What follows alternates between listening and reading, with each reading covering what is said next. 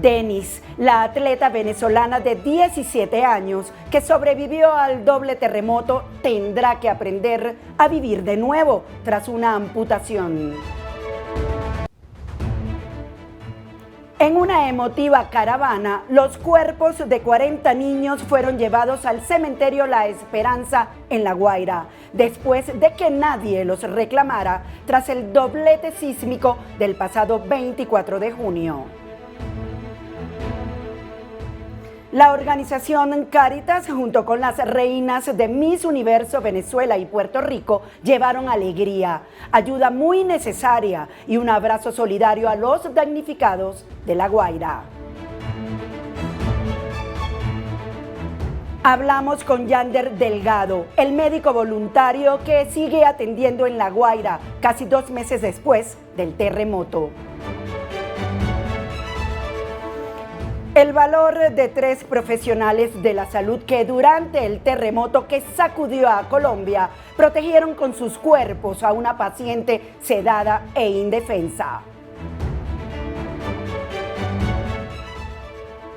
El planeta se calienta, los fenómenos extremos se intensifican y el superniño podría llevar el clima a un nuevo límite.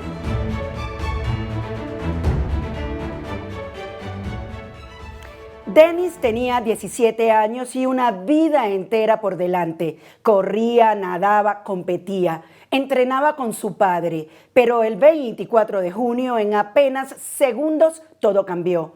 El edificio donde vivía en La Guaira se convirtió en una trampa. Una viga le atravesó la pierna y Denis quedó sepultada bajo los escombros. Pasaron 28 horas esperando que alguien escuchara su voz. Su padre la encontró con vida, pero para salvarla había que tomar una decisión devastadora: amputarle una pierna. Denis sobrevivió al terremoto. Ahora enfrenta otra carrera, la más difícil: aprender a vivir de nuevo. Denis Castillo es una atleta venezolana que, como miles en Venezuela, el doble terremoto le cambió la vida para siempre.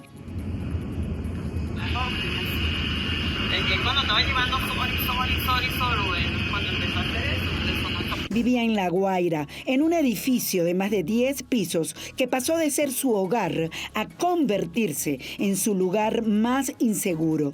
Una viga le atravesó la pierna izquierda. Durante 28 horas, la joven de 17 años permaneció atrapada bajo los escombros, esperando que alguien la encontrara. Ese 24 de junio, antes de que el doble terremoto derrumbara todo, Denis se preparaba para salir a correr junto a su padre y entrenador Denis. Él se adelantó apenas segundos y fue en la escalera donde la tragedia los alcanzó. A cabo de 5 horas, calculo yo, que reacciono. Me veo, o sea, estoy en un túnel oscuro, escucho muchas voces, muchos gritos, tenía la pierna luxada, ¿sí? Y en medio de eso yo dije, epa. Allí comenzó la frenética búsqueda de su hija. Denis se rompió los dedos. Con una pierna lesionada, sacó fuerza de donde no tenía y gritó como nunca, hasta que la voz se le quebró. Ahí fue cuando la saqué. Bueno, el momento de encontrarla fue un momento muy... O sea, recordar esto es removerme nuevamente ese recuerdo. Estaba con sus piernas, todo lo que era su miembro inferior estaba tapiado. Ella estaba como en el aire. Y bueno, ahí sí salí a ver quién me ayudaba. Denis estaba viva, pero lo que su padre vio debajo de los escombros era devastador. Su cuerpo había resistido, pero una parte de su pierna había quedado completamente atrapada, por lo que sobrevivir fue apenas el primer desafío. Para seguir viva, Denis tuvo que enfrentar una decisión que ningún padre quisiera pedirle a su hija: la amputación. Me dijo que si hay que cortarla, hazlo, porque no te quiero dejar solo.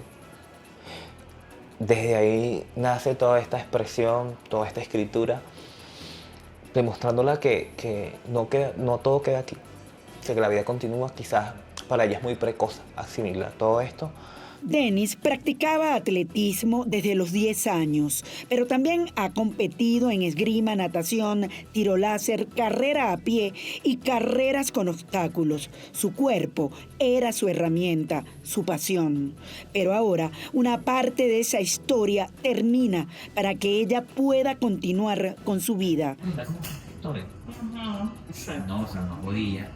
La joven forma parte de esa cifra de 200 sobrevivientes del doble terremoto que, para seguir viviendo, tuvieron que enfrentar amputaciones. Según la Fundación Juan Pablo dos Santos, ahora toca seguir adelante, empezar desde cero, con una nueva forma de vivir. Muy importante la parte del trabajo del equipo multidisciplinario, que consiste médico traumatólogo, médico fisiatra, el psicólogo, el fisioterapeuta, nutrición y dietética y la parte de nosotros los ortoprotecistas. ¿Por qué? Porque nosotros tenemos que enseñarle al paciente nuevamente cómo caminar. Denis sobrevivió y su familia está feliz de tenerla. En la pared donde convalece, un papelito escrito a mano le recuerda: con todo el amor del mundo para mi bebé grandota. Esa frase la inspira y la apoya para enfrentar un mundo diferente. Ya no está atrapada bajo los escombros. Ahora tiene que aprender a vivir con una amputación. Y para una atleta eso significa aprender de nuevo a pararse, a caminar, a equilibrar su cuerpo y algún día volver a correr, porque Denis no quiere que su historia termine en aquel edificio derrumbado.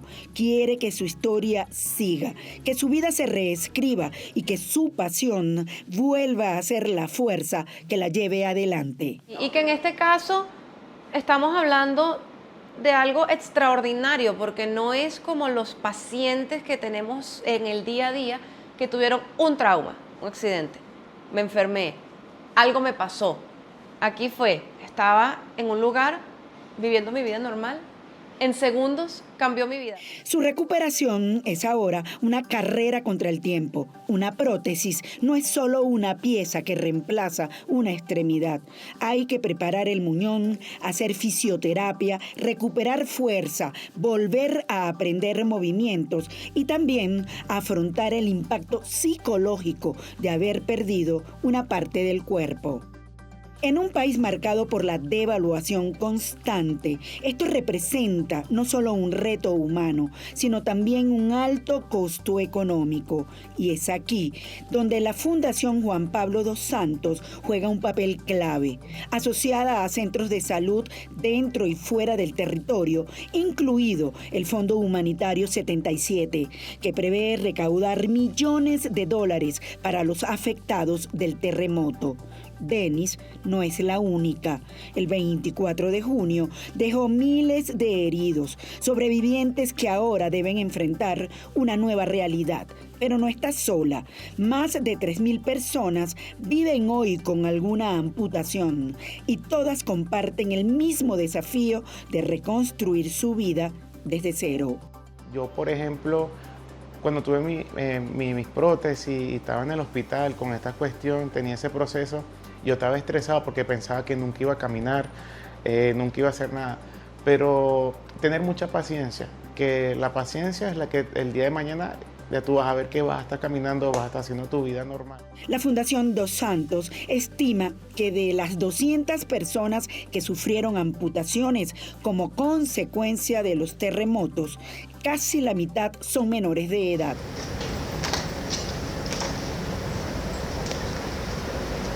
Para muchos, sobrevivir no es el final de la historia, es apenas el comienzo de otra. Denis tiene el desafío de aprender a vivir de nuevo. Pero si algo demostró bajo aquel edificio derrumbado, es que su fuerza no estaba solo en sus piernas, sino en sus ganas de sobrevivir. Hoy su meta es clara. Primero, volver a vivir. Luego, entrenar, competir. ¿Por qué no correr? Y sobre todo, dar gracias a la vida.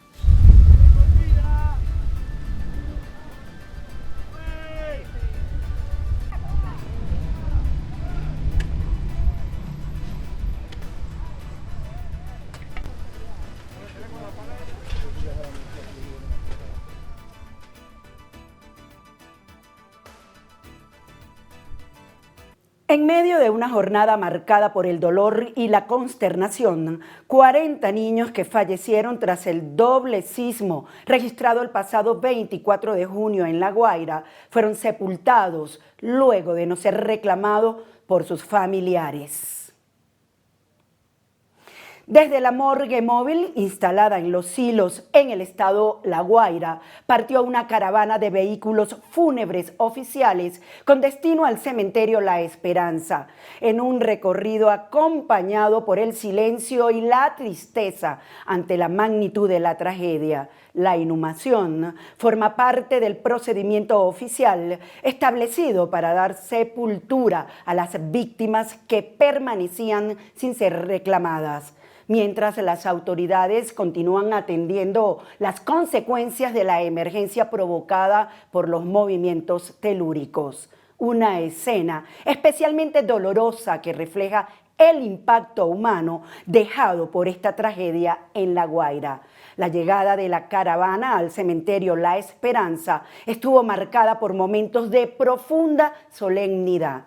Los cuerpos fueron trasladados para recibir una sepultura digna, mientras familiares, trabajadores y miembros de los equipos de emergencia enfrentan el difícil proceso de despedir a las víctimas y avanzar en la atención de las consecuencias dejadas por el desastre.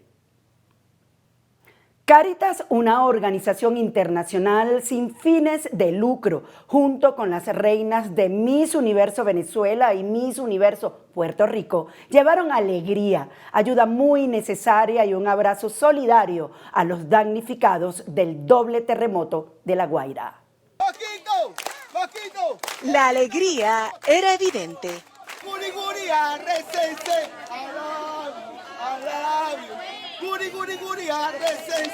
Niños y niñas recibían un momento de diversión y hasta los grandes también. ¡Pulgar afuera!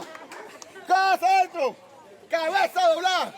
¡Chacuchá, chacuchá, chacuchá! Y es que la organización sin fines de lucro, Cáritas, se unió a Miss Universe Puerto Rico, Jennifer Barreto, y a Miss Universe Venezuela, Clara Vegas, para llevar ayuda a los damnificados de los terremotos el pasado 24 de junio en La Guaira, Venezuela. La gente se pregunta. ¿Quiénes son ustedes? ¿Quiénes son ustedes? Y le contestamos. ¡Somos de La Guaira! Allí se repartieron suministros, artículos de primera necesidad, pero sobre todo mucha ilusión en tiempos de tempestad. Luciani, ¿qué te regalaron? Maquillaje, ¿Y te gusta maquillarte? ¿Qué es lo más que te gusta del maquillaje? sombras. Sombra. ¿Tú sabes lo más que me gusta a mí? El blush, aquí en los cachetes. ¿Y a ti te gusta? Sí. ¿Y tú? ¿Cuál es el primero que tú vas a usar? Ay, es que todas nos gusta rosita, ¿verdad? Nítido. Mira, ¿ya te dieron tu maquillaje? Sí, ¿Y qué te gustó? muy bonito. Muy bonito. ¿Y cuál es el color favorito? Morado. El morado, o sea, yo le digo violeta. Ahora agárralo tú, el más oscurito, en la esquinita, así, sin miedo. A mí me gusta maquillarme. ¿Qué parte es tu preferida? Los ojos y los labios. ¿Y qué color? Y también esto rosado. ¿Y los labios? Y los labios con brillo. ¿Y qué tú quieres ser cuando seas grande? Quiero estudiar psicología jurídica. Psicología jurídica, ¿y por qué? Esa profesión. A mí me gusta la justicia y me gusta ayudar a las personas que están mal psicológicamente. Y aquí, más allá de las mises, hasta las hermanas ayudan a las niñas a maquillarse. Hermana, ¿alguna vez se imaginó? Imagínate, nunca hice esto. ¿Nunca lo hizo para usted? No. Pero es bonito. Sí, mira qué linda que vas a quedar, hermosa. Y las coronas eran las más esperadas. Un detalle sencillo que vale oro para estas pequeñas sedientas de esperanza. ¿Qué tú tienes puesto? Corona. Una corona. ¿Y una corona de qué? Es princesa. De princesa. ¿Y qué es esto que te dieron también? Maquillaje. Maquillaje. ¿Cuál es tu color favorito? Mira, vente para acá, vente para acá. ¿Y cuál es tu color favorito? Azul. Azul, pero ahí hay rosa y violeta. Y todas nosotros somos princesas. ¿Ustedes creen que somos princesas las tres que tenemos corona? Que levante la mano la que tiene corona y es una princesa. Levanten la mano. Experiencias que cambian vidas y nos hace reflexionar de lo efímero que puede ser todo. Dios bendiga a Venezuela y Puerto Rico. Silvia Verónica Camacho, Noticentro. Y es que más de 50 días después del terremoto que golpeó a Venezuela, La Guaira comienza a dejar atrás algunas de las imágenes más dramáticas de la emergencia. Los rescates disminuyen y los hospitales ya no reciben la misma cantidad de heridos de los primeros días. Pero la emergencia está lejos de terminar. En medio de esta nueva etapa, permanece un grupo de voluntarios que lleva más de 10 viajes a la zona y que ya ha atendido a más de 1000 personas. Entre ellos está el médico anestesiólogo Yander Delgado. Esta es la historia de una misión que comenzó con el terremoto y que aún continúa. Han pasado más de 50 días desde el terremoto en Venezuela. Los escombros comienzan a desaparecer de algunas calles de La Guaira. Los hospitales ya no reciben la misma cantidad de heridos de las primeras horas. Y muchas personas han dejado los lugares donde dormían para trasladarse a refugios. Pero que disminuyan los rescates no significa que la emergencia haya terminado, porque después de la primera respuesta llega otra etapa, la de las enfermedades que siguen, la de las personas que todavía buscan a sus familiares, la del cansancio y también la de una ayuda que empieza a disminuir justo cuando las necesidades cambian. En medio de esa realidad está el médico Yander Delgado. Es anestesiólogo, vive en La Victoria y llegó a La Guaira como voluntario. Lo que comenzó como una reacción de emergencia terminó convirtiéndose en una misión que todavía continúa. Mientras Yander intentaba procesar lo ocurrido, comenzaron a llegarle mensajes. Amigos, personas que querían ayudar, personas que preguntaban qué podían hacer. Pero en medio de esa incertidumbre también apareció el bloqueo. Y decidieron actuar. Buscaron un lugar donde comenzaron a recibir donaciones. Una iglesia abrió sus puertas. Un colegio también. Y lo que inicialmente cabía sobre una mesa comenzó a crecer. En pocas horas, esa mesa ya no era suficiente. El colegio tuvo que convertirse en centro de almacenamiento. En el momento del terremoto, eran las 6 de la tarde por ser un día feriado. Yo me encontraba en el apartamento con mi esposa y vivimos en un piso 12. De verdad fue una experiencia que no quisiera repetir. Doy gracias a Dios porque no perdí familiares y los daños que sufrió el apartamento fueron muy pocos, daños materiales insignificantes, pero fue una experiencia que de verdad no me gustaría repetir. En Venezuela quedó parcialmente sin energía eléctrica, más de lo normal, y también hubo caída de todas las comunicaciones. Nosotros, mi esposo y yo bajamos con nuestra mascota, saliendo del edificio y no entendíamos qué había pasado, o sea, era un terremoto, un temblor, qué había ocurrido. Y pasadas las 9 de la noche, que fue donde pudimos tener acceso a internet, fue que nos dimos cuenta de lo que estaba pasando en el país, sobre todo aquí en el área capital, en la región capital, en Caracas y La Guaira, y nos dimos cuenta de que había sido algo grave, pero no es hasta la madrugada que nos damos cuenta de la magnitud del terremoto que hubo en nuestro país. Como a las 2, 3 de la mañana fue que lo pudimos entender, sin poder dormir, porque de verdad no lográbamos dormir, era imposible. Empezamos a recibir mensajes de muchos amigos que querían que tomáramos una iniciativa, que decidiéramos qué acciones íbamos a emprender en este momento. Y cuando yo entré en un momento como de bloqueo, de colapso, de verdad, yo estaba en mi cama llorando de madrugada y es mi esposa la que me dice: cálmate, espérate, la gente está esperando de nosotros que tomemos decisiones sobre qué vamos a hacer en este momento, así que es hora de decidir. Gracias, es hora de decidir. Y en ese momento fue cuando dijimos, llamamos a una iglesia en nuestra ciudad, hablamos con el sacerdote de la iglesia, para que nos prestara sus espacios para ir a recibir los donativos, y el Colegio María de las Mercedes, un preescolar de la ciudad también, nos prestó su espacio. Los primeros donativos, mira, fueron unas bolsas que llenaron toda una mesa, ¿no? Un amigo, Ricardo Torres, nos las hace llegar, y yo dije, wow, mira todo lo que recibimos a las 8 de la mañana. Ya pasado mediodía tuvimos que habilitar todo el colegio para poder guardar las cosas que habíamos recibido, y entonces ya teníamos muchas cosas para traer, pero ahora el problema era cómo las traíamos a La Guaira. Inmediatamente son ángeles que manda Dios. Llegaron personas, una compañía de transporte. Había ayuda, había personas dispuestas a donar, pero había que llevarla hasta las zonas afectadas. Y nuevamente aparecieron voluntarios, empresas de transporte, conductores, personas que ofrecieron sus vehículos. Y así, la ayuda comenzó a moverse hacia distintos puntos del país. Al tercer día, Yander y su equipo llegaron a La Guaira. No llegaron solos, eran cerca de 100 personas. Médicos de distintas especialidades, enfermeros, psicólogos, estudiantes, rescatistas, traductores y voluntarios. Todos con una misma tarea: atender lo que encontraran. Al principio, los médicos recibían principalmente personas heridas durante el terremoto.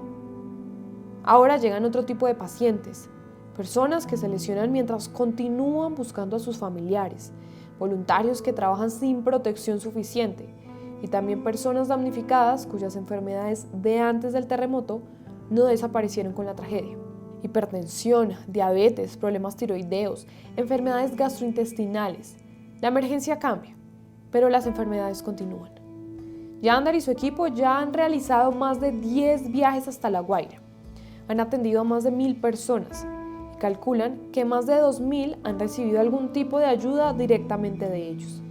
No solamente médica, también alimentos, kits de higiene, juguetes, actividades para niños y acompañamiento. Porque hay algo que Yander descubrió durante estos días. La gente también necesita hablar. Bueno, al tercer día, el día 3, fue que nosotros nos dirigimos aquí a La Guaira, donde pudimos llegar al primer momento a Catialamar, una de las zonas más afectadas. Ahí nos instalamos en un centro de acopio que ya existía, donde bueno, llevamos nuestros insumos, pusimos nuestro personal médico a disposición. Éramos casi 100 personas, incluyendo personal médico, enfermeras, psicólogos, rescatistas, traductores, estudiantes de medicina, estudiantes de enfermería y voluntarios que simplemente querían venir a aportar su granito de arena para acá. Ese día cubrimos, bueno, mira, una cantidad de personas por ayudar, que pensábamos que habíamos hecho una gran tarea, pero nos regresábamos a la ciudad con ese sentimiento de responsabilidad, de culpa, de no habernos quedado.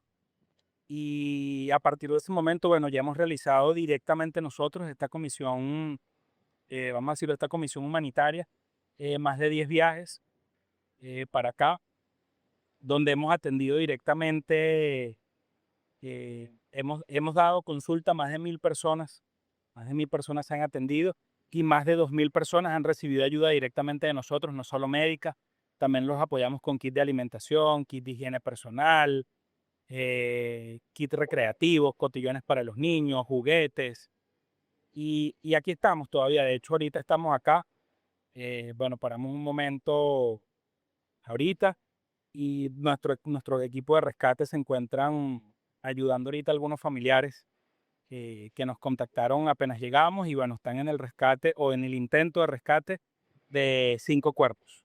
Porque ¿qué pasa en este tipo de desastres que creo que falla mucho siempre cuando ocurre, ¿no? O en lugares donde no están preparados?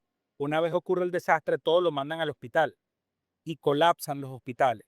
Nosotros damos la atención primaria, que es como su nombre lo dice, es lo primario, revisar y hacer el triaje o el triage para determinar si el paciente puede ser atendido aquí por nosotros, que en nuestras camillas, en nuestras modestas instalaciones, o tiene que ser derivado al hospital. Gracias a Dios, algunas cosas, o la gran mayoría, las podemos resolver aquí. Las que han sido derivadas a los hospitales son, bueno, mujeres embarazadas que recibíamos al principio, algunas en trabajo de parto, obviamente eran derivadas inmediatamente al hospital. Algunas heridas que se salen del manejo primario que podemos darle nosotros, también son referidas, pero por lo general todo tratamos de atenderlo aquí en la zona del desastre. Además pasa algo muy importante, quien viene a atenderse por una herida, muy pocos siguen las instrucciones médicas. Tú le dices, lo suturas, le colocas el analgésico, se hace el cierre de la herida y le dices, mira, no te puedes volver a meter allá porque estás herido, estás lesionado. No, a ellos no les importa, ellos van directo allá.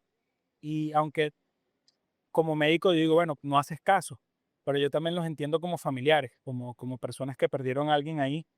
Es normal que tomen esa actitud, que tomen esa conducta, porque son los familiares de ellos los que están bajo los escombros y están desesperados. Yander reconoce que durante las primeras semanas la solidaridad fue enorme. Llegaba ayuda desde distintos lugares, tanta que tuvieron que aprender a dosificarla. Pero ahora los recursos comienzan a escasear. Cada viaje depende de lo que puedan conseguir antes de regresar. Y aunque todavía reciben donaciones, ya no son las mismas de las primeras semanas. Los hospitales ya no reciben el mismo número de heridos de los primeros días. Los rescates también han disminuido. Pero eso no significa que la emergencia haya terminado. Ahora comienza otra etapa, la de los refugios. La de las enfermedades que necesitan tratamiento, la de las familias que siguen buscando, la del agotamiento, la de una población que tendrá que aprender a vivir después de la tragedia. Y bueno, mira, la ayuda desde el primer día, que fue muchísima, las 2-3 primeras semanas, creo que fue demasiada ayuda, de verdad que eso permitió que cuando la ayuda empezó a disminuir, nosotros dosificábamos nuestros insumos y nos permitió seguir asistiendo aquí con lo que fuimos recaudando. En estos momentos, bueno, cada viaje, cada semana no hay certeza de que podamos asistir porque, bueno, es un trabajo que iniciamos ya desde hoy o mañana al llegar para poder nosotros, bueno, planificar el siguiente viaje, porque de verdad con insumos cada vez son menos las ayudas que estamos recibiendo. No hemos dejado de recibir. Eso yo también lo agradezco porque eso habla de la confianza que tienen las personas en nosotros, pero nada comparado a las primeras semanas, y las ayudas que recibimos particulares, bueno, realmente no dan para cubrir el campo completo acá en La Guaira. También se ve mucho, y tampoco podemos olvidar que las personas que quedaron damnificadas de este proceso son personas que igualmente sufrían de patologías, hipertensión, diabetes, problemas tiroideos, distintas patologías, y esas patologías no desaparecieron, esas patologías existen todavía y hay que atenderlas también. Las labores en cuanto a heridos ha ido disminuyendo un poco porque, como te digo, cada vez son menos las personas que encontramos en los sitios, pero todavía hay bastantes. Digo menos, pero cuando digo menos no es que hay poquitos, simplemente hay menos, siguen siendo un grupo bastante grande. Dice que nunca han llegado al momento de preguntarse si van a volver. Cada vez que regresan, comienza nuevamente la misma pregunta. ¿Qué necesitamos para volver? Y entonces vuelven a pedir, a recoger, a organizar y a viajar. Porque para ellos la misión todavía no termina. Cuando la Tierra deja de moverse, no termina una emergencia, comienza otra. Y esta vez no se trata solamente de rescatar cuerpos, se trata de mantener con vida a quienes sobrevivieron, de acompañar a quienes todavía esperan y de no dejar solos a quienes, cuando la ayuda empieza a disminuir, siguen necesitando que alguien permanezca allí. En La Guaira, algunos todavía esperan y otros, como Yander y su equipo, han decidido quedarse. Cuando la ayuda baja, la necesidad aumenta. No sé hasta cuándo vamos a estar, solo Dios lo sabrá, pero vamos a estar hasta las últimas instancias que se nos permita, que nuestro cuerpo, nuestra mente y los insumos lo permitan, pero aquí vamos a estar, porque yo creo que esto apenas comienza. El desastre aquí que hubo por el terremoto apenas está comenzando, las personas ya han ido siendo reubicadas en algunos refugios, ellos también necesitan que nosotros en una nueva fase acudamos a los refugios. Nosotros vamos a seguir aquí con el equipo, con la doctora Jennifer, Carlos, Alberto, Kevin, todos cuando llegamos que decidimos, nunca nos ha tocado ese momento de decir no vamos más. Siempre es bueno empezar a pedir, empezar a buscar, empezar a recoger insumos porque hay que volver a venir. No hemos llegado a ese momento del pensar en no venir. Desde hace 3 semanas, este es el tercer viaje, donde no sé, bueno, desde el punto de vista espiritual podemos hablarlo, es como un desánimo, una tristeza. Las primeras semanas, ¿sabes? Era como ese ánimo, vamos a buscar los familiares animados, vamos a buscar a mi familiar, no importa si está vivo, no importa si está muerto, pero vamos a buscarlo, vamos a sacarlo, vamos a hacer. Todo el mundo era con ese ánimo de que había que hacer. Y ahorita es diferente, ya ahorita hay como un cansancio, un agotamiento, hay tristeza, desidia, o sea, ya al caminar por acá, aunque las cosas están un poco más limpias, con menos escombros, creo que permanece mucho la desidia, el abandono, y eso es lo que nos tiene a nosotros aquí todavía, la verdad, porque, ¿sabes? Decimos, ellos no se pueden quedar solos, o sea, yo me pongo en el lugar de ellos y yo no quisiera que, porque no es nada más desde el punto de vista material o económico o de insumo. O sea, nosotros con las personas, o yo particularmente lo hago, ¿no? Al principio yo pensé que pecaba de imprudente, pero ya no. O sea, yo me pongo a hablar con los pacientes. ¿A quién estás buscando tú? ¿Desde qué día no tienen información? ¿Qué has avanzado? Y bueno, ellos al final necesitan hablar, comunicarse, que uno les dé un abrazo también. Y a veces nosotros somos los que necesitamos el abrazo. A Yander Delgado se unen 3 profesionales de la salud en Colombia que, durante el terremoto que sacudió a ese país, protegieron con sus cuerpos a una paciente sedada e indefensa. El video se conoce 2 semanas después del sismo. Este es un informe de la Alianza Informativa Latinoamericana. El movimiento de la tierra los tomó por sorpresa en el quirófano. Todo se sacudió y por unos segundos el miedo también se apoderó de ellos. Pero en medio de la angustia, Claudia Comaromi y 2 residentes no se separaron de la paciente que estaba en la camilla. Una mujer bajo sedación profunda, con una limitación de movilidad por un tumor cerebral, que no podía protegerse por sí misma. Eso es lo que hace un anestesiólogo, proteger la vida de los pacientes que cuando están anestesiados están indefensos, que no se pueden mover, que no se pueden evacuar. Las imágenes lo dicen todo. Mientras el quirófano se mueve, ellos se aferran a la camilla y con sus propios cuerpos protegen a quien en ese momento estaba completamente indefensa.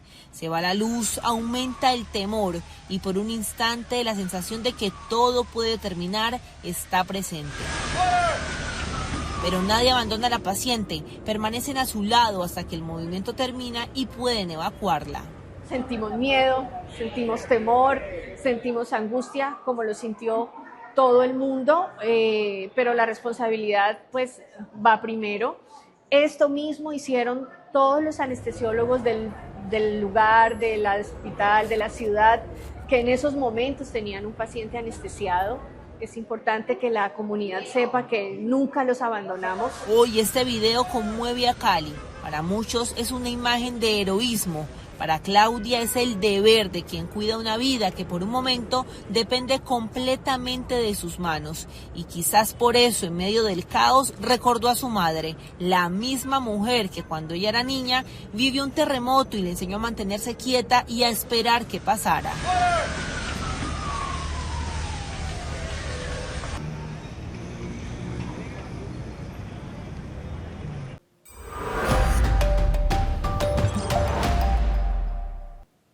El calor extremo ya está batiendo récords en distintas partes del mundo, mientras los científicos advierten que fenómenos como el Super Niño podrían alterar todavía más nuestro clima. ¿Qué está pasando con la temperatura del planeta y qué consecuencias podríamos enfrentar en los próximos años? Un experto responde todas las dudas. Que el agua que nos caiga en esos meses debemos aprovecharla al máximo. Debemos pensar en que el agua tiene un límite y hay muchos de esos territorios que ni siquiera tienen el acceso al agua potable. Este año 2026 nos ha traído varias noticias sobre el clima en todo el planeta.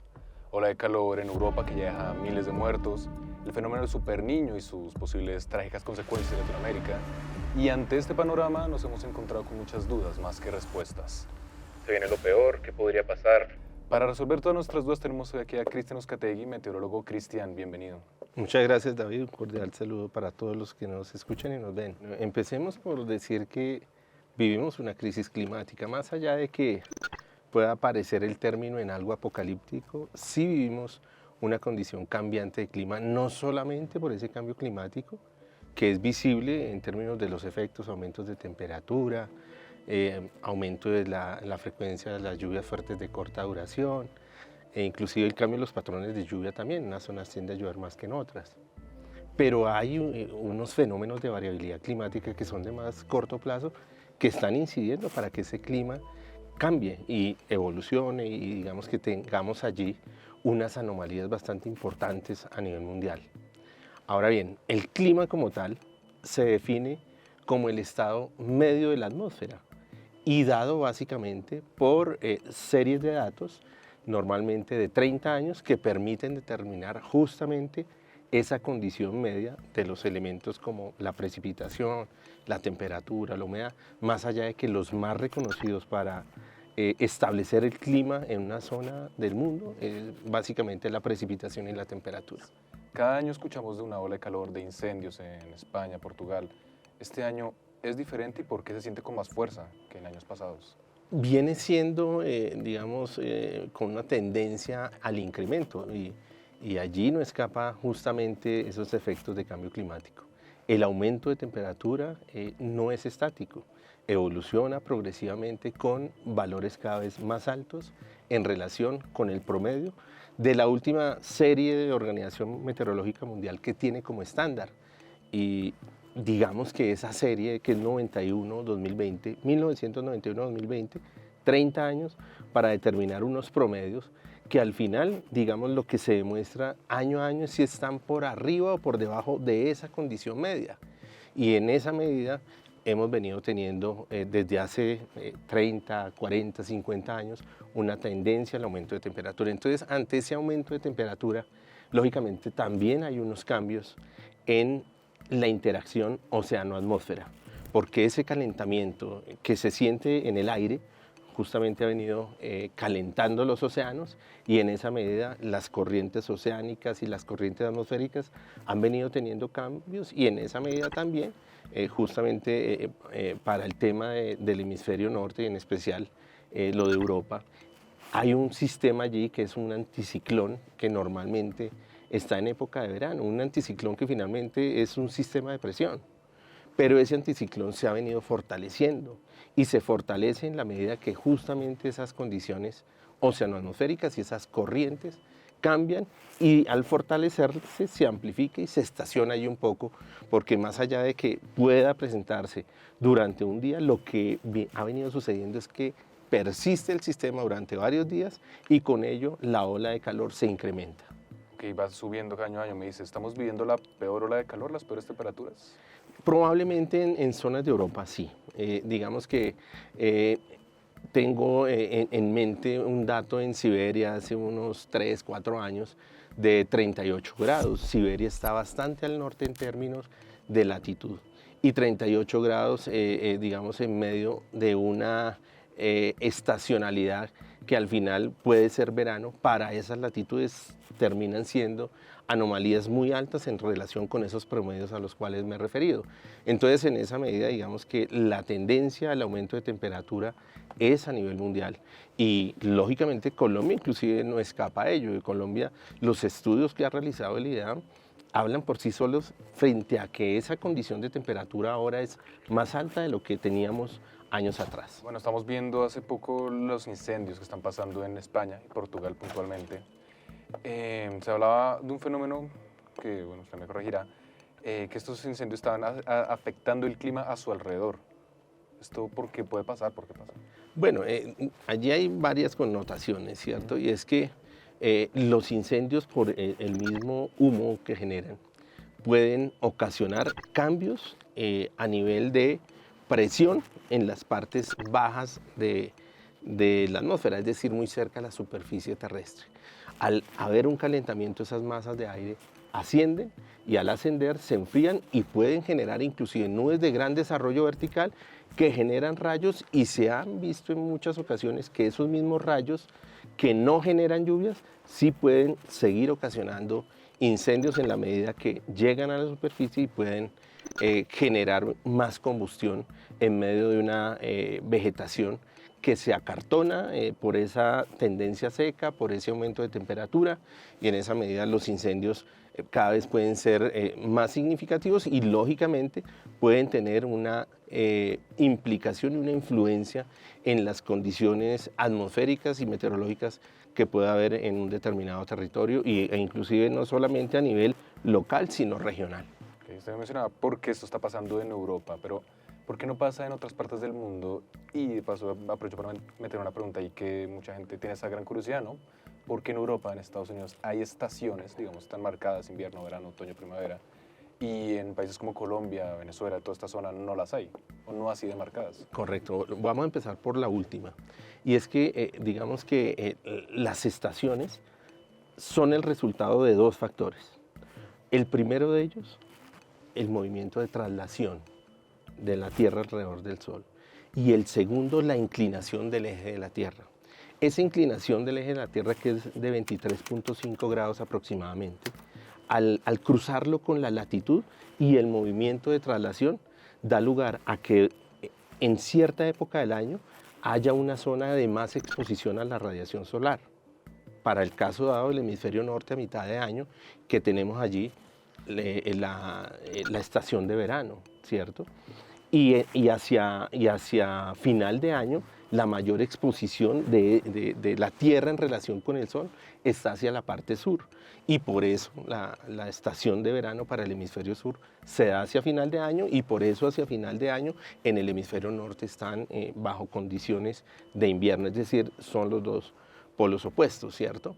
Entonces, básicamente la respuesta es, los dos factores principales para que hayan estaciones son que haya ese movimiento de traslación y que haya esa inclinación del eje de la Tierra. La Tierra no está recta. No está recta, está inclinada. Y eso es lo que da lugar a que insisto, porque el paralelo, que es la línea ecuatorial, lógicamente es perpendicular a esa inclinación del eje terrestre, ¿cierto?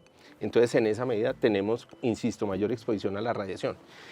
Sucede algo, y es que el estar nosotros tan cerca del Ecuador da lugar a que las cantidades de radiación sean similares a lo largo del año para la zona cercana al Ecuador, por estar tan cerca a esos 0 grados. Mientras que cuando se está a 23 grados hacia arriba o 23 grados hacia abajo, aproximadamente 23 grados hacia el norte o 23 grados hacia el sur, empieza a tener ya los efectos de las estaciones: invierno, primavera, verano, otoño, ¿cierto? Ahora bien, esa situación de estar cerca a los 0 grados, pues da lugar a que tengamos unas condiciones de vientos. Estamos allí muy influenciados por los vientos alisios del este. Esos vientos alisios nos traen humedad, ¿cierto? Y a partir incluso del choque de esos vientos alisios, del noreste y del sureste, se forma la nubosidad y bajas presiones. ¿Vientos alisios qué son, perdón? Los vientos alisios, finalmente, digamos que son... Primero definimos lo que son los vientos. Los vientos, digamos que son corrientes de aire que fluyen de un sitio a otro a través de la diferencia de presiones. Los vientos fluyen de altas a bajas presiones, es decir, vienen de altas presiones y confluyen en bajas presiones. Pero digamos que esos alisios, que al final digamos que es el nombre que se le da a los vientos que están cerca a la línea ecuatorial, confluyen, y esa confluencia genera la zona de convergencia intertropical, que es la que ocasiona las lluvias en nuestro país, que es la que genera las dos temporadas de lluvia, abril, mayo con pico allí, y octubre, noviembre con un pico allí, para la zona andina, mientras que para la Orinoquía hay la influencia de esa misma zona de confluencia, pero entrando desde el sur, y por eso en el oriente del país, en Orinoquía y en Amazonía, el comportamiento es más monomodal, es decir, que el pico de lluvia, el más fuerte, va aproximadamente entre mayo y julio-agosto. ¿Por qué ha sido tan fuerte en Europa y por qué no en Estados Unidos? Sucede que digamos que hay una circulación atmosférica que está siempre allí, y las altas presiones en esta época, que es de verano en el hemisferio norte, es decir, es normal que hayan temperaturas altas, pero no tan altas. ¿Y qué ha sucedido? Que hay en la parte más alta del globo hay una corriente en chorro que es fría y que da lugar a que baje un poco y genere una condición un poco más fresca. Resulta que la alta presión ha generado un bloqueo tan fuerte de que esa corriente en chorro no baje, y en esa medida las condiciones secas y las condiciones de poca humedad se favorezcan y se amplifiquen justo allí, mientras que en el otro lado, hacia otras zonas del hemisferio norte, digamos, que no ha habido esa condición de esa corriente en chorro y esas masas de aire frío del polo norte, ¿no? O sea, la ola de calor en Europa, no mala suerte, pero es una combinación de varios factores, me parece. Total. Empezando por la estacionalidad, es la época de verano, sí, pero ha sido persistente y con temperaturas por encima de lo normal. ¿Ya había pasado esto antes? Sí, ya había pasado. ¿A este nivel, quiero decir? Digamos que es probable que esta haya sido un poco más fuerte, pero hace unos 2, 3, 4 años venimos hablando de lo mismo. Y si no allá, también en zonas de Estados Unidos, por ejemplo, inclusive los incendios que se dieron hace unos años ahí en la zona de California, que fueron bastante fuertes, fue asociado a una ola de calor significativa sobre el occidente de los Estados Unidos, ¿no? Ok, volviendo al tema de la inclinación de la Tierra, y que estamos en la mitad, ¿por qué para nosotros, los países en América Latina, tenemos tantas lluvias, pero los mismos países en la misma línea del Ecuador, en lo que podría ser África? Hace poco veamos una noticia de que ya ni los camellos en ciertas zonas están aguantando los más de 50 grados a los que están llegando. ¿Por qué en África, y en ciertos países de África, a pesar de estar en la misma línea del Ecuador, no llueve tanto, no tiene el mismo clima que acá en Latinoamérica tenemos? Bueno, básicamente digamos que en esas zonas existen unos sistemas meteorológicos donde se favorece esa zona de, digamos, no de convergencia, como estando en una latitud que puede ser similar, ellos estando un poco más altos, pero al final digamos que tienen unas condiciones meteorológicas asociadas a altas presiones, especialmente para unas épocas del año en donde se favorezca que poco llueva, también por todo lo que es la superficie de los desiertos que hay, y digamos que no se generan los intercambios de calor que sí puede haber en zonas donde hay vegetación. Y para el caso de toda Sudamérica, en el caso de Colombia, se ve muy favorecido por lo que es la Amazonía. Entonces digamos que confluyen también varios factores para que esa situación sea allí, para que sea muy diferente. Entonces, si te das cuenta, el clima de un punto en la Tierra no depende de una sola cosa, depende de varios factores. Y en esa medida también puede depender de fenómenos de variabilidad climática que incidan para que las condiciones puedan ser más secas o más lluviosas. Aquí tal vez estamos viendo una ola de calor, pero se ha hablado mucho del fenómeno del superniño. Cada año escuchamos el fenómeno del niño, esta vez están hablando del fenómeno del superniño. ¿Qué ha cambiado en este año para que le hablen así? Primero, digamos que se le dan una serie de superlativos, ¿no? Como mega niño, Godzilla, super niño, pero digamos que en el argot técnico no existe esa categoría. En el argot técnico existe el niño débil, el niño moderado, el niño fuerte o muy fuerte.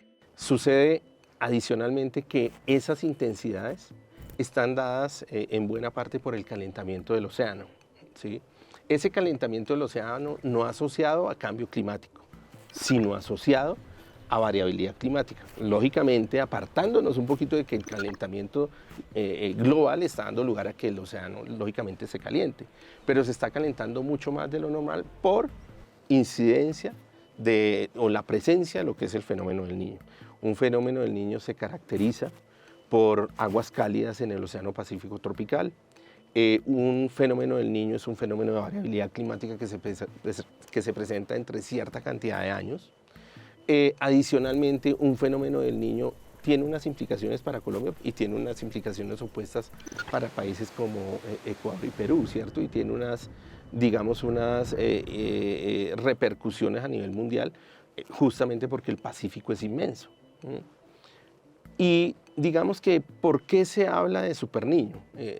Digamos que haciendo la acotación inicial frente a lo superlativo, porque se ha fortalecido muy rápido ese calentamiento. Veía en algunos análisis que para la época otros eventos que se dieron en la historia, como el 2015, 2016, como el 97-98, como el 2023-2024, tenían para esta época una anomalía de temperatura en el océano cercana a 1.4, 1.3, 1.2, algunos un poco menos de 1. ¿Cuánto es lo normal, perdón? Lo normal es estar cerca de 0 en términos de anomalía. ¿Qué es la anomalía? Básicamente la temperatura del océano puede tener valores de 25, 26, 27, 28, 29 grados. Y es inclusive un poco más bajos en zonas cercanas a la costa por una corriente que se llama la corriente fría de Humboldt. Esa corriente que es oceánica, es decir, de agua, que viene del polo sur y se va hacia la parte norte, bordeando toda la costa occidental de Sudamérica y justo en Perú y Ecuador, gira al oeste, ¿sí? Ahí digamos que se tienen aguas frescas. ¿Qué sucede cuando hay un niño? Que las aguas cálidas que normalmente están en el occidente empiezan por el viento, porque los alisios se debilitan, empieza a soplar más desde el occidente y estas aguas cálidas empiezan a hacerse mucho más fuertes y digamos, a extenderse a buena parte del Pacífico, y las aguas frescas que normalmente vienen aquí se atenúan. Pero cuando hablo entonces de anomalías, puede haber valores de temperatura del océano, como te digo, de 20, 21, 22, 23, inclusive un poco menos, pero ese es el comportamiento normal en un momento dado, en un mes en particular. Sucede que para un año como el Niño, esos valores de 21 ya no son de 21, sino de 22, de 23. El de 21 ya no es de 21, sino de 22 o 23. Esa es la anomalía, 1 o 2 grados más arriba de esa condición media. Y entonces, volviendo a lo que sucedió históricamente en relación con lo que está pasando en este año, ya esa anomalía va arriba de 2.3. 2.3.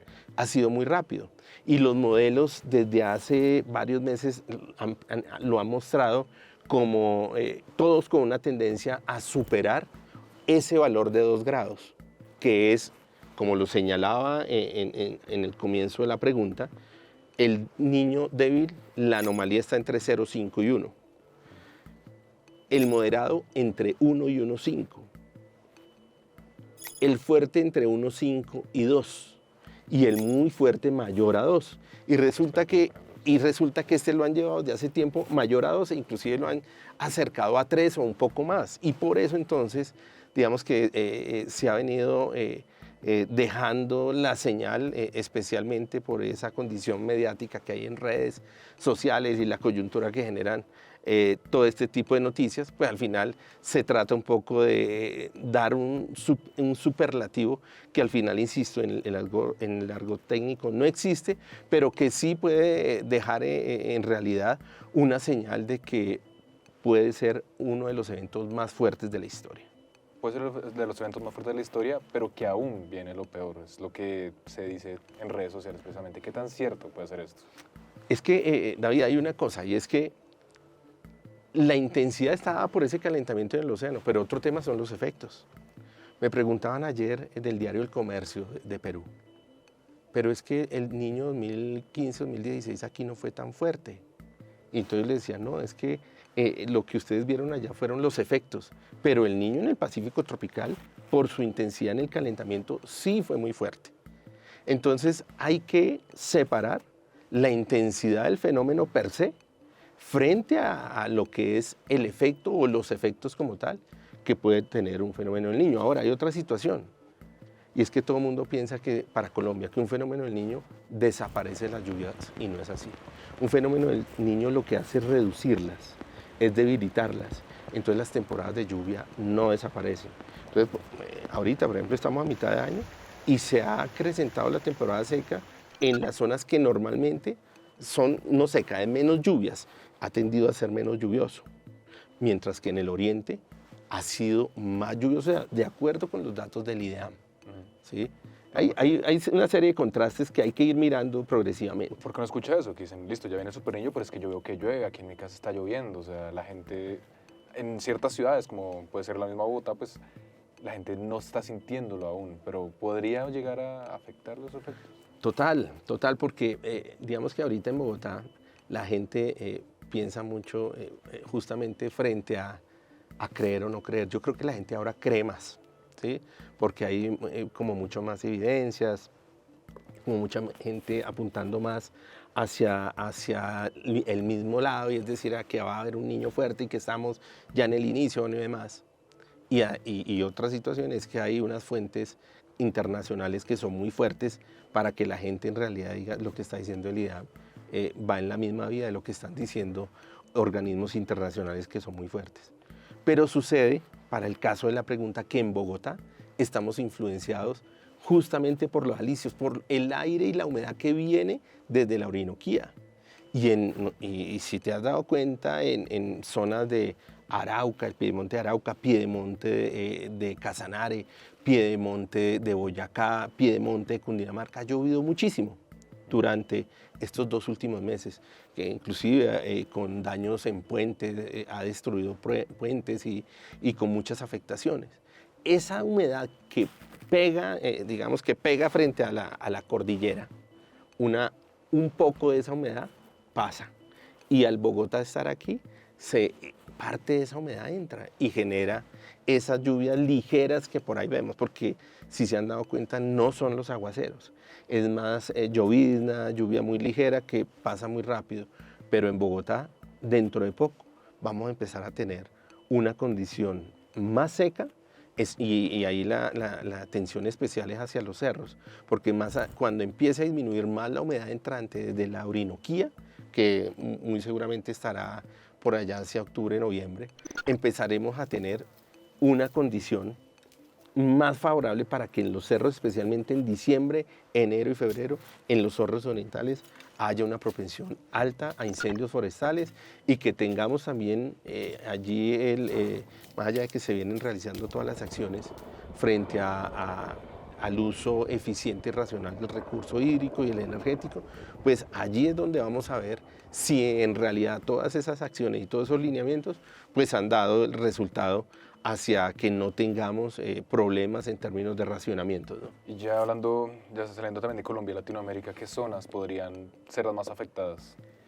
Normalmente un fenómeno del Niño para nosotros en el país genera déficit de lluvia y aumentos de temperatura. El aumento de temperatura, y quiero hacer aquí un paréntesis muy importante, y es que sumado al cambio climático, el aumento de temperatura frente a un niño da lugar a que la evaporación de los cuerpos de agua, cuando hablo de cuerpos de agua no solamente hablo de lagos, lagunas, sino de los ríos, pues haya más evaporación. Y al haber más evaporación, pues hay un factor que suma para que el nivel baje. Y adicionalmente se incrementa también la evapotranspiración. Y esa evapotranspiración finalmente está dada por todos esos organismos que están en los suelos, y la vegetación y los cultivos, los árboles necesitan más agua. Entonces absorben mucha más agua, y al absorber mucho más agua es otro factor que suma a que disminuya la cantidad de agua, no solamente en esos cuerpos de agua, sino también a nivel de aguas subterráneas, ¿cierto? Adicionalmente, entonces ya frente a esa situación de Colombia que la tenemos por allí ya referenciada, cuando uno habla de Ecuador y Perú, está hablando de, en muchas de esas zonas, incrementos notorios de la precipitación, ¿sí? Es bastante agua la que suele caer cuando hay un fenómeno del Niño para ellos, pero hay que tener en cuenta para ellos también la estacionalidad, es decir, las épocas en las que llueve más y en las que en un momento dado ese fenómeno del Niño está presente y que a ellos les genera lluvia, como cuando nosotros tenemos una niña que nos genera más lluvia, es decir, que hay un efecto contrario para Ecuador y Perú, especialmente en las zonas de costa y digamos que sea de la parte andina hacia el oriente, digamos que no es tan notorio. Hacia Chile, por ejemplo, hay zonas que presentan un déficit y un aumento de temperatura, mientras que en otras zonas hay un incremento. Y así para Argentina hay una situación, para Venezuela es una situación parecida a la de nosotros, con déficit de lluvia, aumento de temperatura.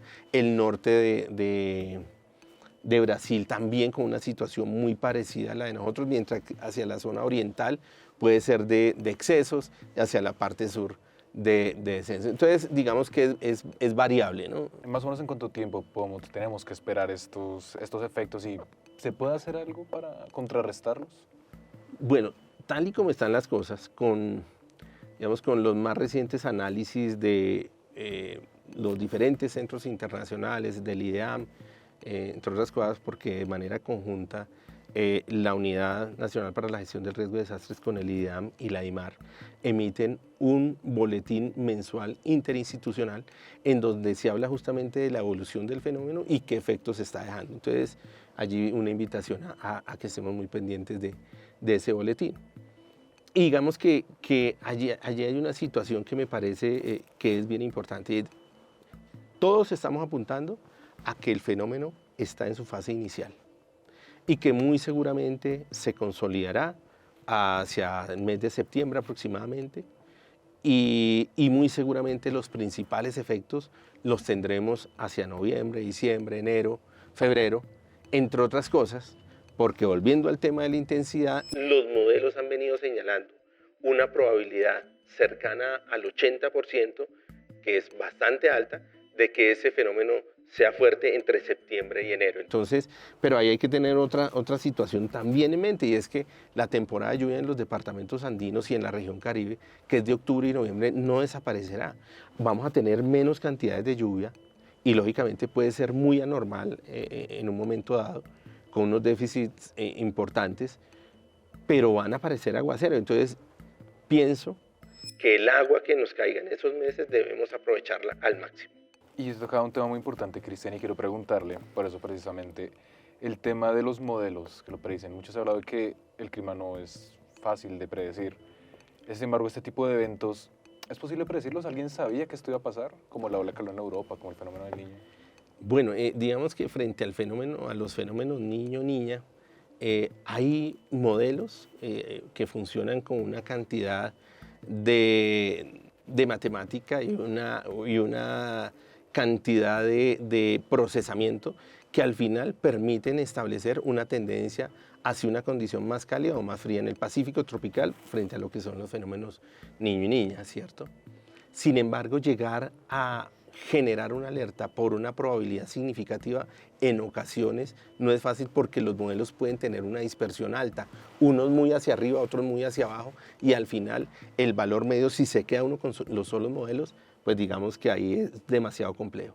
Entonces hay una serie de análisis a nivel de consenso entre, digamos, diferentes investigadores de esos mismos centros de predicción climática, bajo lo cual se puede llegar a advertir una probabilidad de tanto por ciento para un mes, para otro.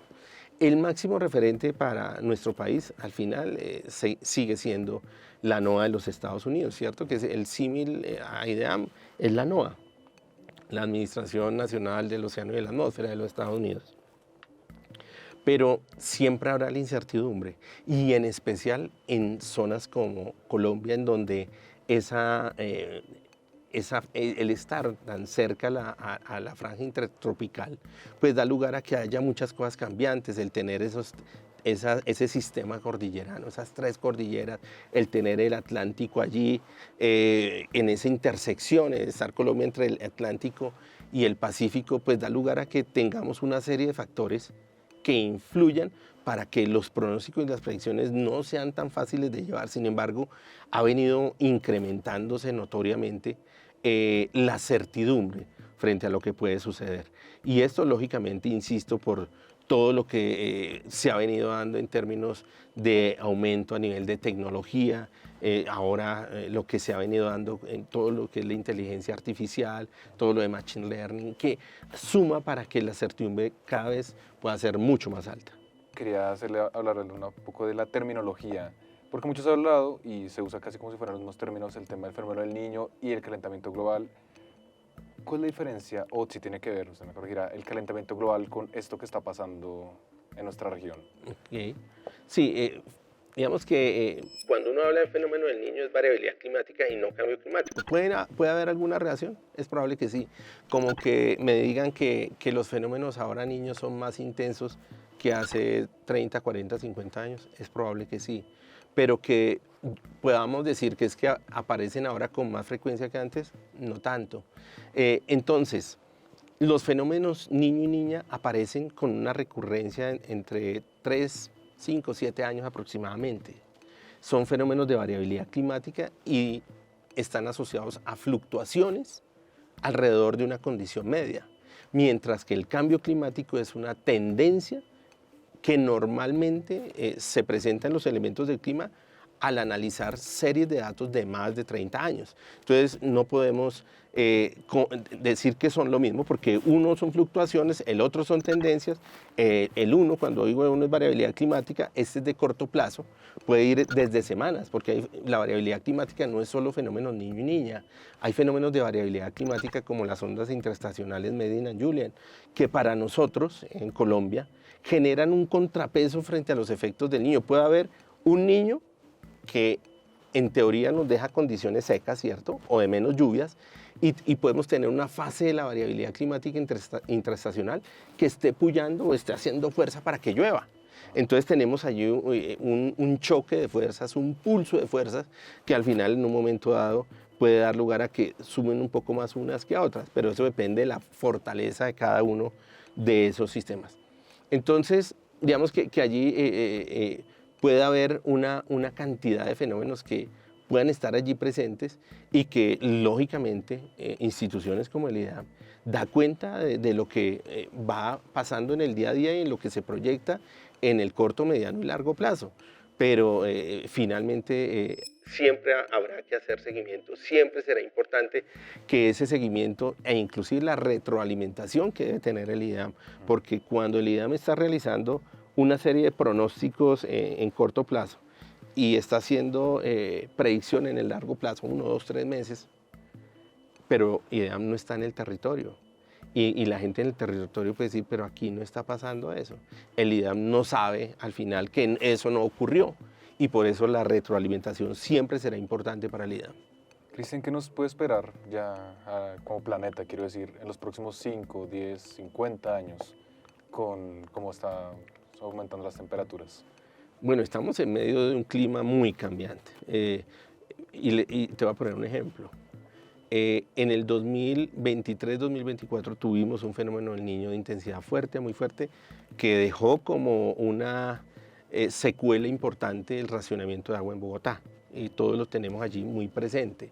Además, Bogotá siendo de una categoría tan alta, el municipio de categoría 1 más fuerte del país, comparar Bogotá con los municipios de categoría 5 y 6, pues es complejo. Si le pasa a Bogotá, ¿qué le puede pasar a los de categoría 5 y 6? Tuvimos muchísimos eventos asociados a condiciones lluviosas, con unas condiciones niña que se asomaron y que al final, digamos, más allá de que no se hubiera consolidado ese incremento, ocasionó lluvias significativas. Y ahora volvemos nuevamente a una condición deficitaria. Entonces estamos teniendo altibajos producto de una variabilidad climática que en un momento dado se exacerba con ese cambio climático que al final, insisto, como principales efectos tiene el aumento de temperatura, el aumento en las lluvias fuertes de corta duración, porque ese es uno de los efectos que me parece a mí graves, porque es que la lluvia, los 100 o 150 milímetros que normalmente caen en un mes, ahora puede reducirse a caer en 1 o 2 días.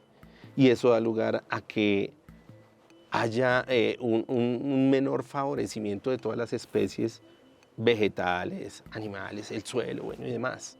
¿Sí?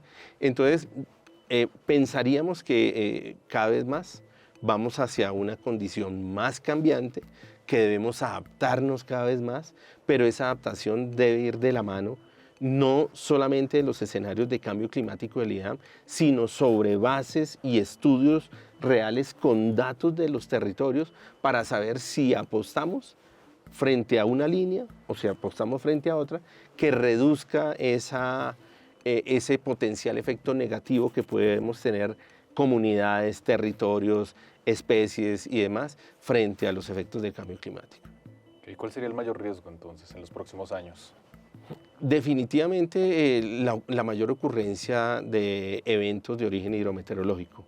En algunas zonas tendremos el aumento de movimientos en masa, de inundaciones, crecientes súbitas, avenidas torrenciales. Pero habrá otras zonas en donde por su vulnerabilidad tendremos una incidencia más notoria frente al acceso al agua. Pero si le sumamos esa condición de cambio climático y aumento de temperatura, pues estamos viendo cada vez más que la evaporación puede ser mayor. y ante ese cambio en la circulación atmosférica, el agua puede estar disminuyendo en un momento dado. Entonces, en esa medida, digamos que podríamos vernos abocados a esos eventos extremos de forma cada vez más notoria, sin, digamos, que vayamos hacia una sequía total. No, puede ser unos años bajo una sequía, otros bajo un aumento en las lluvias, pero al final puede haber territorios que tengan paulatinamente una tendencia a menos lluvias. Y al final, digamos que allí la importancia de reducir la vulnerabilidad de nuestros territorios a partir de acciones que apunten justamente a la adaptación y a la resiliencia. A día de hoy, individualmente y tal vez colectivamente, ¿podemos hacer algo para frenar esto o es, diríamos, inevitable? Bueno, fíjate que frente a la emisión de gases de efecto invernadero, que es la que finalmente ocasiona el cambio climático, Colombia lo que aporta es muy poco. Colombia está alrededor de 0.3, 0.4 aproximadamente, frente al total, el 100% de la emisión de gases de efecto invernadero a nivel mundial. Eso no quiere decir que no aportemos, y Colombia hace esfuerzos para reducir sus emisiones. Pero yo pienso personalmente que esa reducción de esas emisiones podríamos pensar o deberíamos pensar que estaría más en función de tener un ambiente sano, de tener un ambiente en el que nuestra condición no cambie, nuestro entorno no cambie, para que la circulación atmosférica no nos cambie. Y claro, allí tenemos, por ejemplo, todo lo que es la Amazonía. Más allá de que la Amazonía sea inmensa y que una buena parte del porcentaje de la Amazonía sea de Brasil, nosotros tenemos un porcentaje que es también importante para nosotros y que al reducirlo en términos de esa tala indiscriminada que pueda haber, esa deforestación agresiva frente a lo que es esa ganadería extensiva y demás, pues puede dar lugar a que el ciclo hidrológico cambie y para nosotros, especialmente en el centro y sur del país, disminuya el ingreso de humedad. Entonces, allí lo que debemos hacer es disminuir esas prácticas ilegales e inclusive algunas legales que favorecen esa emisión de gases de efecto invernadero y que al final debemos aportar todos un grano de arena en términos del mejoramiento de la calidad del agua, la preservación de cuencas, la preservación de la biodiversidad y todo esto que, insisto, confluye en que la circulación atmosférica pueda ser similar y no haya cambios significativos para nuestro país. Y eso a nivel nacional, pero digamos a nivel global, ¿qué países son los que más afectan esto y qué podrían hacer estas grandes potencias? Primero debe haber más compromiso, ¿cierto? Al final, digamos que en todas estas grandes reuniones que se hacen, estas sesiones de cambio climático, en las que se habla mucho, pero en realidad, digamos que más allá de los compromisos que se fijan, no dejan el compromiso que al final todos como globo esperamos, ¿cierto? Y en esa medida, países como China, como países de Europa, Estados Unidos inclusive también, pues generan una buena cantidad de ese porcentaje de gases de efecto invernadero.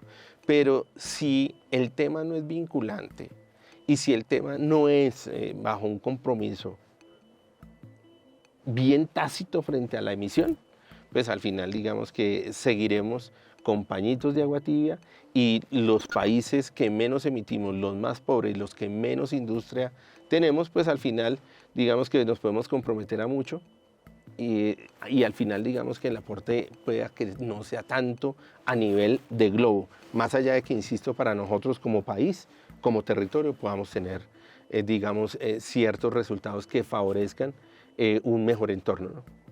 Claro, porque eso se ha hablado mucho de los problemas que eso va a traer, digamos, ya pues, aparte de los problemas, digamos, de los problemas geopolíticos, la inmigración de personas, la extinción de especies. ¿Cuál sería el mayor riesgo que podríamos correr si no hacemos un cambio al respecto?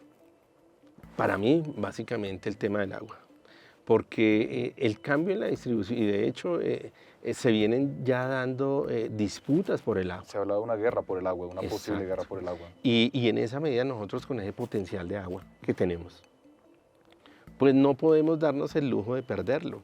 Y por eso las acciones a nivel estatal, gubernamental, pues deben estar en función de esa preservación. Te voy a dar un dato que lo dice el Estudio Nacional del Agua. Colombia es un país rico en agua y es reconocido por ser rico en agua, pero es que sucede que una buena cantidad del agua que cae en Colombia está en la región pacífica, que entre otras cosas tenemos una de las zonas allí reconocidas como de las más lluviosas a nivel mundial, está dentro de las 3 zonas más lluviosas a nivel mundial.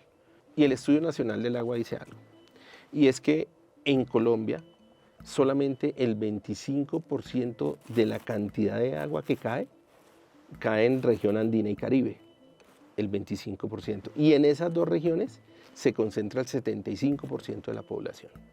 Entonces hay un desbalance notorio de la cantidad de agua frente a la demanda.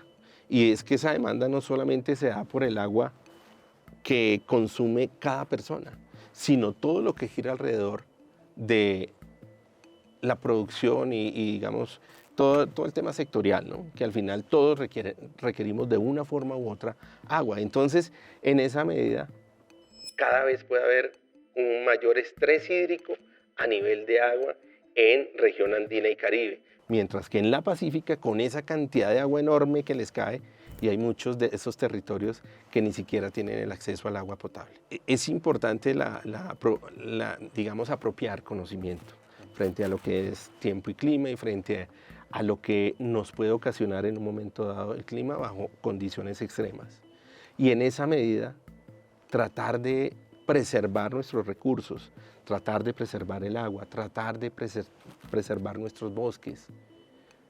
En muchas ocasiones no lo valoramos y sufrimos en ocasiones consecuencias como la que tuvimos en Bogotá en 2023-2024 y eso tocó un poco las fibras. Entonces al final digamos que debemos pensar en que el agua tiene un límite. Bueno, Cristian, muchas gracias por haber estado con nosotros acá. Con muchísimo gusto, David. Y con esta interesante información culminamos la emisión de Venezuela al Día. Como siempre, les estamos agradeciendo su apoyo constante a nuestros contenidos informativos. Síganos en nuestro canal de YouTube Venezuela al Día Oficial y también en nuestras redes sociales de Facebook, Instagram y TikTok. Soy Yasmín América Velasco y les recuerdo siempre, donde está un venezolano, está Venezuela al Día. Hasta una próxima emisión.